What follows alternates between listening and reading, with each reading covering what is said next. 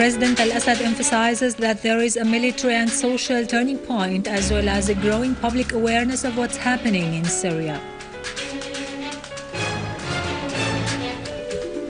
Security and stability are restored to the town of al-Sarkha in Damascus Countryside, and Syrian Arab army is maintaining control over the surrounding mountains. Peace Not Fighting is the title of the seminar held at Damascus University by the Advocates of Peace delegation, which includes intellectuals, politicians, producers and doctors who came in solidarity with the Syrian people.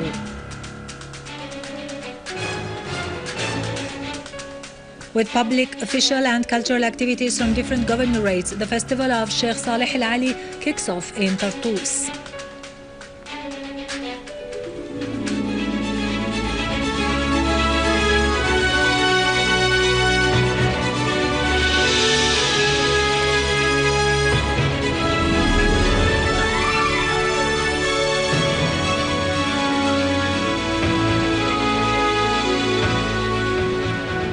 Good afternoon, ladies and gentlemen, and welcome to our news for today. President Bashar al-Assad emphasized that the intellectual war and attempts to abolish or replace the identity are of the gravest forms of the colonial aggression targeting Syria. During a meeting with the teaching staff and postgraduate students at the Faculty of Political Sciences in Damascus, President al-Assad pointed out that the Arab region was originally based on the ideology of correlation between Arabism and Islam, which makes adherence to this principle one of the most important factors for restoring security as well as intellectual and social stability to the Arab societies. The president added that the West has tried to abolish this ideology so as to dominate the region and to control the role of the Arab countries. But when it failed, the West resorted to play on concepts and terms to change the essence of the ideology. President al-Assad said the intellectuals and academics have a role to look into the terms and put clear-cut meanings to them in order to confront attempts of marketing different meanings that seek to empty the ideologies of their content, a thing that threatens the feeling of belonging and would make deviation from the main causes for which we have been struggling for decades.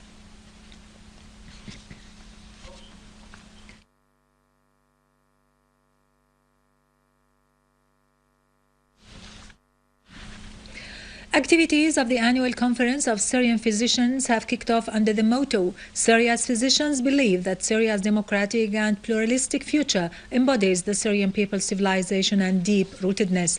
Prime Minister Dr. Wael al-Halaqi delivered a speech at the opening ceremony in which he underscored the importance of medical services, treatment and preventive sector in strengthening the process of building and defending the homeland together with our courageous army.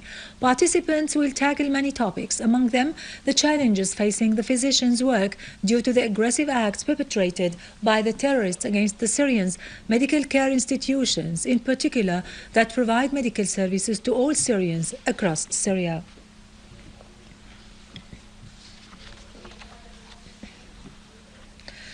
Head of the International Delegation of Peace Activists, Mary Maguire, said that the people who love peace came from all around the world to Syria to voice rejection of Takfiri terrorism, stressing the need to call things by their names away from the lies, misleading and propaganda carried out by anti-Syrian media. During a visit to Damascus University, Maguire called upon Syrians to work together to realize peace through dialogue and learn from the example of other countries, voicing deep sorrow over the crimes of murder, displacement, destruction and abduction committed by the terrorists. I have enjoyed my visit to Syria. I've been inspired by the people here and their courage and their commitment to building peace, reconciliation and a political solution as the Syrian people. I do believe that that will happen. It's very important that outsiders don't interfere in the affairs of the Syrian people. They choose their own political way forward, and I'm very hopeful for the future. Unfortunately, we did have war propaganda and we were getting the wrong information out of what was happening in Syria. But increasingly, we are hearing the true story of what is happening in Syria. And we're very hopeful when people hear the true story, that it is a proxy war, that people here are working for peace and want to solve their problems through peaceful means, that that will happen. In turn, activist Dr. Declan Hayes from Southampton University displayed images and documents showcasing U.S. crimes against humanity in Iraq, Afghanistan, Pakistan, Syria and other countries through the U.S. support for terrorism. Okay, well, the first thing is you must stop the Takfiri winning. And that is a job for the Syrian army. Without the Syrian army, over 1 million people would be killed in Syria and in Damascus. And the plan is that nobody hears the voice of the Syrian people. So what I'm doing and what the Iranians are doing, we're trying to help the universities have a voice. We're trying to get Syrian leaders, religious leaders, political leaders, visas for the West. The voice of the Syrian people has to be heard. The voice of civilization has to be heard. And that is our job as well as your job. Hayes said that the visits he conducted in Syria along with the other delegation members allowed him to get a sense of the scale of Syrian sufferings due to the crimes of terrorists backed by states that embed the culture of death and wars, primarily the United States. A military source indicated that Syrian Arab army units have restored security and stability to al-Sarkha town in al-Qalamun in Damascus Countryside and controlled the mountains surrounding the town after killing a large number of terrorists. Moreover, Syrian Arab army units restored security and stability to Maaloula town, killed a large number of terrorists in the surrounding areas, and dismantled mines and explosive devices planted by the terrorists inside the town.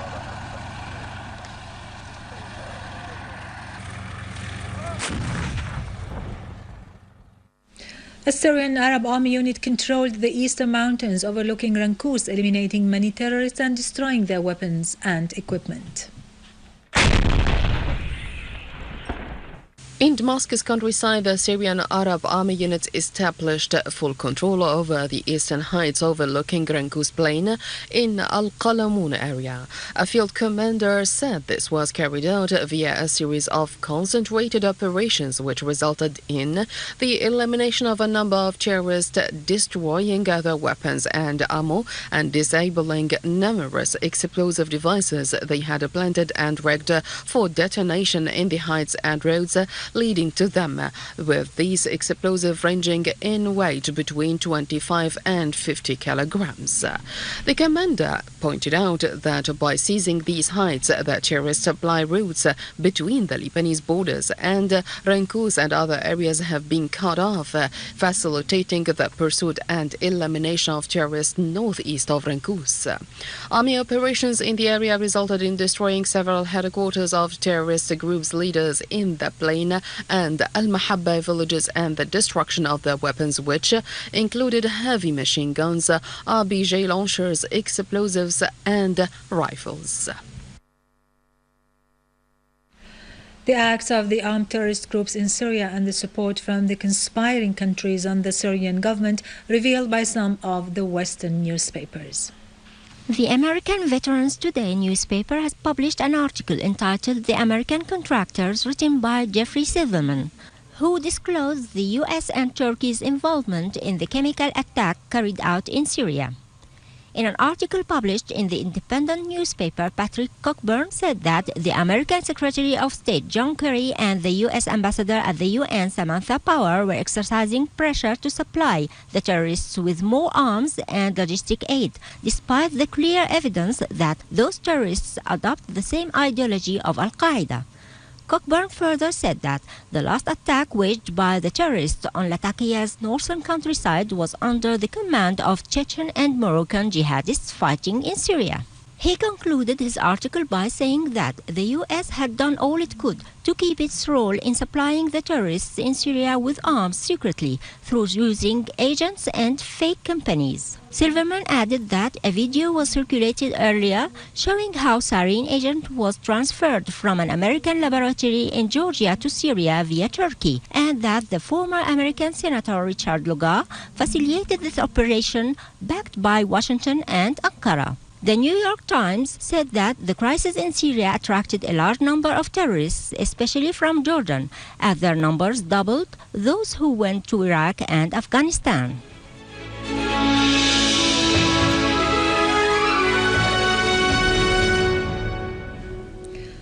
Finally, in Damascus Countryside and in commemoration of the Independence Day, the activities of Sheikh Saleh Al-Ali Festival kicked off in Sheikh Badr city.